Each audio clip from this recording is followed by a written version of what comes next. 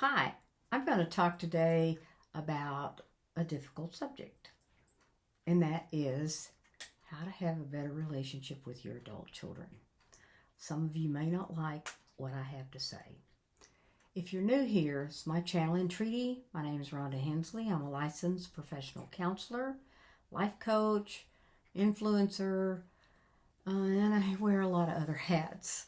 And like I said, I want to talk about having a better relationship with your adult children. And I have 5 key things that work together to help promote that.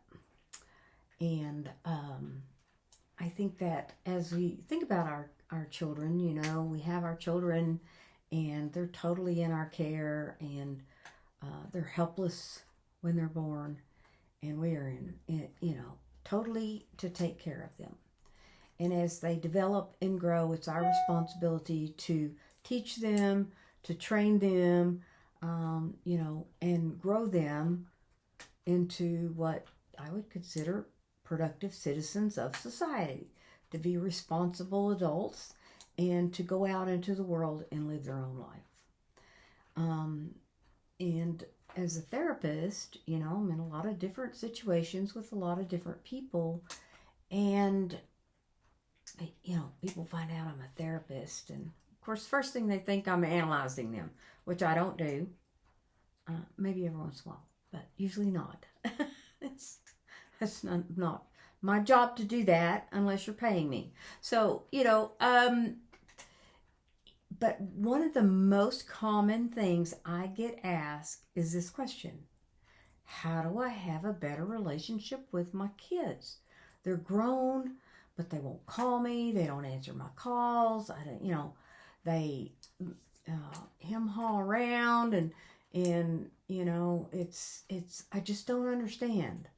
Or their adult children are doing things that they don't like, and they want to know how that they can fix them. And talk about damaging to a relationship.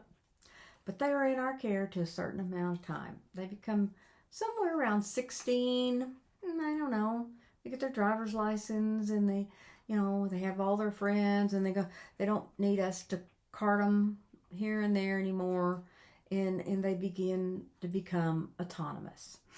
And it's a process for both us and them. And then 18, and they're either going to college or they're working, and they have their life, and they, and in this day and time, one of the problems that I see is so many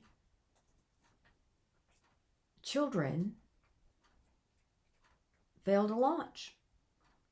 They're still living with their parents, and they're 30 years old, and they don't ever launch. And well into their 20s. And when I raised my kids, at about 18, when they started college or whatever, they were gone. They didn't live with me anymore, and they had to start making their own way. Now, I'm a chief enabler. I enabled my kids. I take full responsibility for that. But I had gotten into therapy and personal development by this time, recovery from codependency, and I began to stop enabling them. And as some of the things that I learned, this works a lot with spouses too, or significant others, and some of my really close friends. So, number 1, my grown children are none of my business. You might say, but Rhonda, they're my kids. Well, they get to a certain point and they don't belong to me anymore. They never really did in the first place. I think my children are on loan from God in my care, and then they're not. So they become God's business. Now, the one thing I can do for my kids is pray for them, But that's the top thing. Number 1, my children are none of my business when they're grown adults. Number 2, support your children, your adult children, without giving advice. They may come to you. I mean, mine have on lots of occasions, and they're just pouring out their soul. And the next thing I do is I would go into fix mode. Well, you need to do this and this and this. And if you would only, and you need to stop drinking, you need to eat right, exercise, all the stuff. I'm going to fix you because you're not acting right. And I had to learn to stop doing that. And I think about the 4 communication keys, and this works in all relationships. Number 1, is it honest? So, but number 2 is honest, is it kind? Because I know honesty without kindness is cruelty. And so you pepper that with a little bit of kindness. Number 3 is it necessary? Is it necessary for me to communicate this to the other person? Of how they're screwing up their life. And number 4, which was the hardest, was it asked for? So my kids come to me for support. They didn't ask my opinion. They didn't ask my advice. They didn't ask, what would you do, Mom? They're just dumping and wanting some support. And, I listen and I learn to validate how they feel. And I had to write this on a piece of paper next to the phone. Now, this was back in the day before cell phones. And I had it on a pad next to my phone for when they called. And then, I'm in jail. Oh my God, this. Oh my God, that. And I could say, oh, that's really tough for you. You're very resourceful. I'm sure you can figure this out.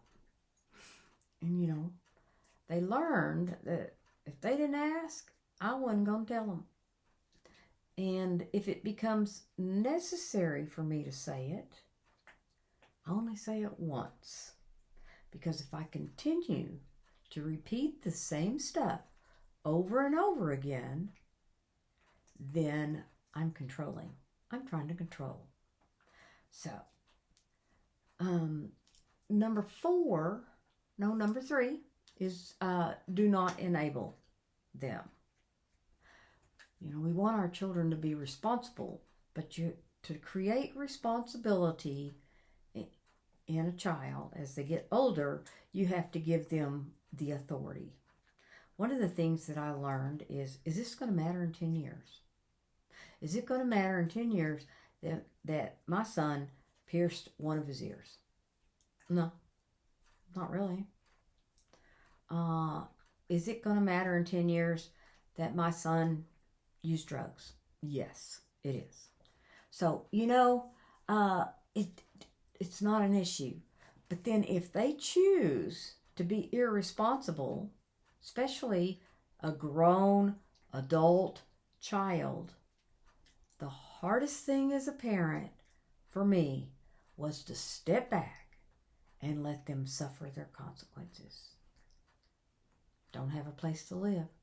Okay, you're very resourceful. I'm sure you'll figure it out. I had one of them come back and live with me after he'd been gone. And I set boundaries, which is number 4, to set boundaries.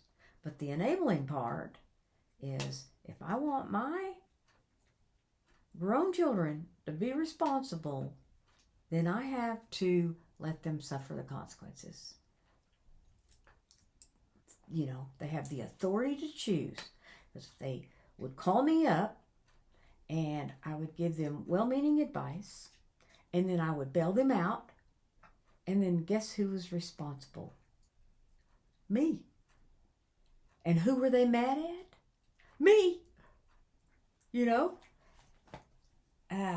And they might be mad because I say, no, I'm not paying your electric bill.